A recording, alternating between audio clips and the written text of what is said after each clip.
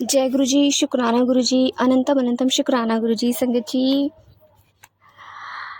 आपकी लाइफ बहुत लोग सोचते हैं कि पता नहीं हमारी लाइफ में ऐसा क्यों हो रहा है, हमारे ऐसे ऐसे क्यों हो किया जा रहा है हमारे साथ, ये सब लोग हमारे साथ इतने नेगेटिविटी क्यों हो रहे हैं। तो संगत जी, ये सब ना हमेशा गुरु जी कहते थे कि हमारे माड़े कर्म है, हमारे ऐसे माड़े कर्म होते हैं जो हम मतलब अगर गुरु जी ना हो ना तो हम उस चीज़ से बाहर निकल ही नहीं सकते। संगत जी, कहते हैं जब हम भगवान शिव की शरण में आ जाते हैं, गुरु महाराज हमें मिल जाते हैं ना, तो हमारे जो कर्म है ना उन्हें सबको काट देते हैं और एक ना आपके लिए रास्ता बना देते हैं, एक क्लियर रास्ता, एक साफ़ सुथरा रास्ता जिस पे आपको चलना होता है। संगत जी, कुछ हमारी ईगो होती है, हमें उस पर चलने के लिए मना करती है कि हमें इस रास्ते पे नहीं चलना है।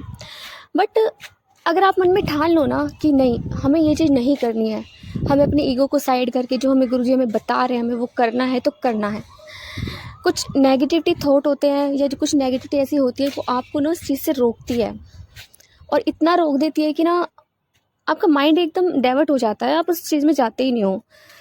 संगत जी, मैं जैसे सत्संग शेयर करती हूँ आंटी जी के, जितने भी संगतों के सत्संग मेरे पास आते हैं, और उनमें से एक आंटी ने कहा कि आंटी जी, आपकी जो मतलब फॉलोअर्स हैं वो बहुत कम हैं। तो मैं उनको एक बात बोलूँगी कि जब आपके ऊपर कोई नेगेटिविटी चीज़ हावी होती है ना तो वो आपको उस सेवा से भी रोक देती है, जो सेवा गुरु महाराज जी हमें बख्शते हैं। इस वक्त भी मेरा मन नहीं है सत्संग शेयर करने का, पर मैं कर रही हूँ। और मैं सत्संग तो कुछ और शेयर करना चाहती थी, मगर शायद गुरु महाराज जी की यही मर्जी है कि मैं शेयर करूँ। मैंने शायद अभी 2 दिन पहले भी एक सत्संग शेयर किया था अपना। वो नेगेटिविटी हावी इतनी है कि मेरे हस्बैंड का माइंड चेंज कर देती है, मेरी बिटिया का माइंड, हम मतलब हम सारे चिड़चिड़े से हुए फिर पड़े हैं घर में।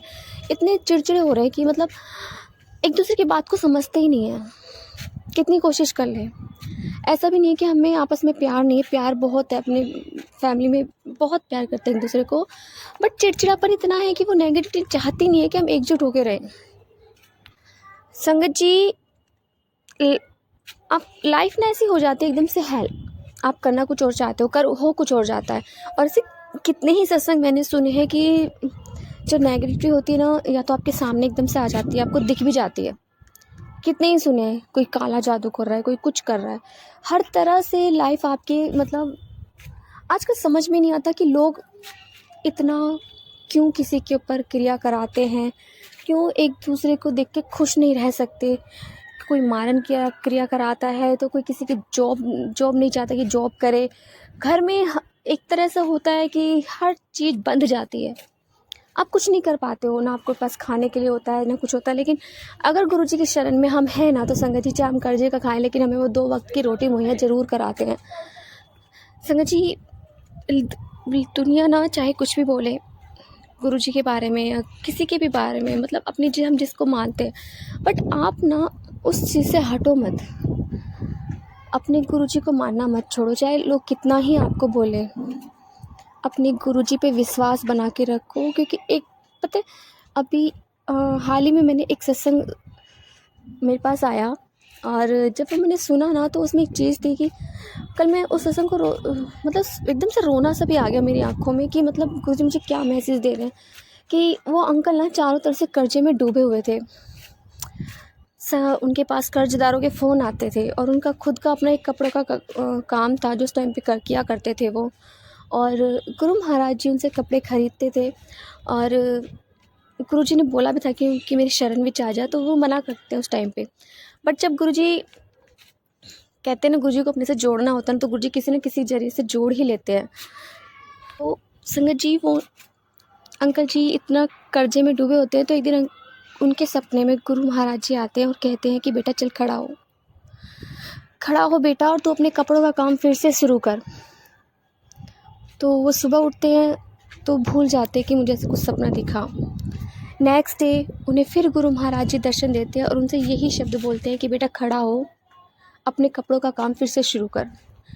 वो फिर सोचते हैं कि मुझे आज 2 बार गुरुजी के दर्शन हुए, और दोनों बार उन्होंने मुझसे यही बोला। वो अपनी वाइफ को भी यही बात बताते हैं कि ऐसे ऐसे गुरुजी मुझसे सपने में बोल रहे हैं। जब उन्हें फिर से सपना आता है और सपने में गुरु महाराज जी उनसे यही कहते हैं कि बेटा चल खड़ा हो, अपना काम, कपड़ों का काम फिर से शुरू कर। तो गुरुजी से कहते हैं, गुरुजी मैं कैसे शुरू करूं, मेरे पास तो कुछ भी नहीं है, मैं कहाँ से शुरुआत करूं और क्या करूं। तो गुरुजी कहते हैं, तू कपड़ों का काम शुरू कर, मैं तेरी दुकान में बैठूंगा और मैं तेरा काम संभाल लूँगा। संगत जी, वो गुरुजी के भरोसे अपनी दुकान खोलते हैं। अंकल जी बताते हैं कि मतलब उन्हें पता ही नहीं चला कहाँ से पैसा आया, कहाँ से किधर से उनकी दुकान का काम चला, कैसे हुआ, कैसे उनको दुकान मिली, उन्हें कुछ नहीं पता। बस कहते कि उन्हें बस गुरुजी ने स्टार्टिंग करवा दी, काम खुलवाया, गुरुजी दरबार में बैठे उनकी दुकान में और उनका काम फिर से धीरे धीरे चलने लगा। कर्जदारों के बराबर फ़ोन आते थे, वो फ़ोन नहीं उठाते थे क्योंकि हर कोई अपने लिए पैसे मांगता था कि भाई मेरे इतने पैसे, मेरे पैसे चाहिए, और वो नहीं दे पाते थे। फिर एक दिन उनका बेटा कहता है कि उनका बेटा कनाडा में होता है, तो कहता है कि पापा आप यहाँ आ जाओ। तो कहते हैं, बेटा मेरे पास इतने भी पैसे नहीं हैं कि मैं कुछ कर सकूं। तो कहते हैं कि पापा मैं पैसे भेज रहा हूँ। तो वो अपने पापा को पैसे भेजते हैं और उन्हें मम्मी पापा को अपने पास कनाडा बुलाते हैं। संगत जी, अंकल जी का वहाँ जाके काम दोबारा स्टार्ट करते हैं और आज की डेट में कहते हैं कि 4 साल में उनका सारा काम एकदम से रफ एंड टफ हो गया, सारा कर्जा उतर गया। जो काम वो इतने सालों में नहीं कर पाए, गुरु महाराज जी ने उन 4 सालों में उनका सारा कर्जा उतार दिया। आज की डेट में उन अंकल के पास कोई कर्जा नहीं है। संगत जी, सुनते मतलब जब मैंने सुना तो मुझे इतना रोना आया कि मैंने कहा, गुरु जी कर्जा तो चलो एक साइड होता है कि कर्जा है और जॉब नहीं है, लेकिन जो ये नेगेटिविटी है इसका क्या करना है, जो जा ही नहीं रही है, कभी भी शरीर में आ जाती है और हमेशा ये कहती है कि मतलब एकदम से अलग कर देगी, हमें सबसे अलग थलग कर देगी। और किसी मतलब कोई व्यक्ति हमारे पास जुड़ा हुआ ना हो, हमें हर किसी से अलग रखेगी, और ताकि हम वो चीज़ ना हमारे घर में आतंक मचा सके, फुल्ली आतंक। कभी मेरी बेटी को परेशान करती, कभी मुझे परेशान करती, कभी मेरे हस्बैंड का माइंड चेंज कर देती है।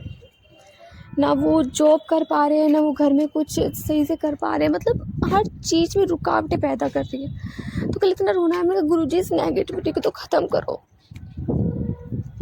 ये चीज़ जा ही नहीं रही हमारे घर से, आखिर इसकी टाइमिंग कब आएगी, इसकी टाइमिंग कब आएगी गुरुजी कि ये चीज़ हमारे घर से जाएगी, मुझे इस चीज़ से, इस नेगेटिविटी से कब मुक्ति मिलेगी। 20 साल हो गए अंकल, सॉरी संगत जी, 20 साल हो गए संगत जी, और अब ये चीज़ मेरी बेटी पर हावी हो रही है। मेरी बेटी को 2 साल से इसने जकड़ रखा है, उसकी सांसें बंद हो जाती है।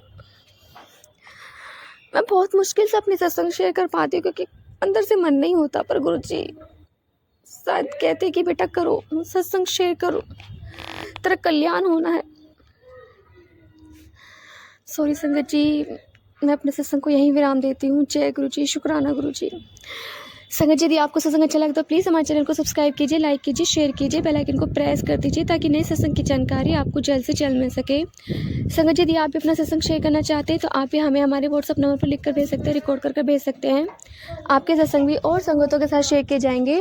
संगत जी, सेवा में गुरु महाराज जी ने बख्शी, तो आप भी सेवा का भागीदारी बनिए, आप भी अपने सत्संग में रिकॉर्ड कर भेजिए, लिख कर भेजिए। जय गुरु जी, शुक्राना गुरु जी।